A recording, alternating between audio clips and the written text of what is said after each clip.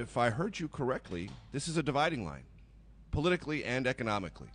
One party will have been for this, the other party will have been against it. No Democratic votes in the House, no Democratic votes in the Senate. You know what's sad about that? And you're ready to take that reality into the 2018 midterms.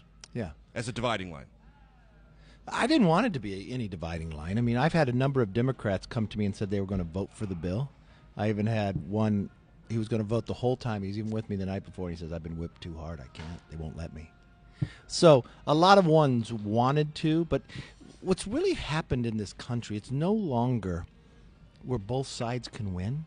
It's one side has to win and the other side has to lose. I mean, and the whole government, we're here in the Capitol is devised to have compromise, but our Capitol was set on a compromise to create our banking system. I mean, we've come too far politically just getting mad at each other based upon philosophically where they're registered instead of the idea of winning the end of the day.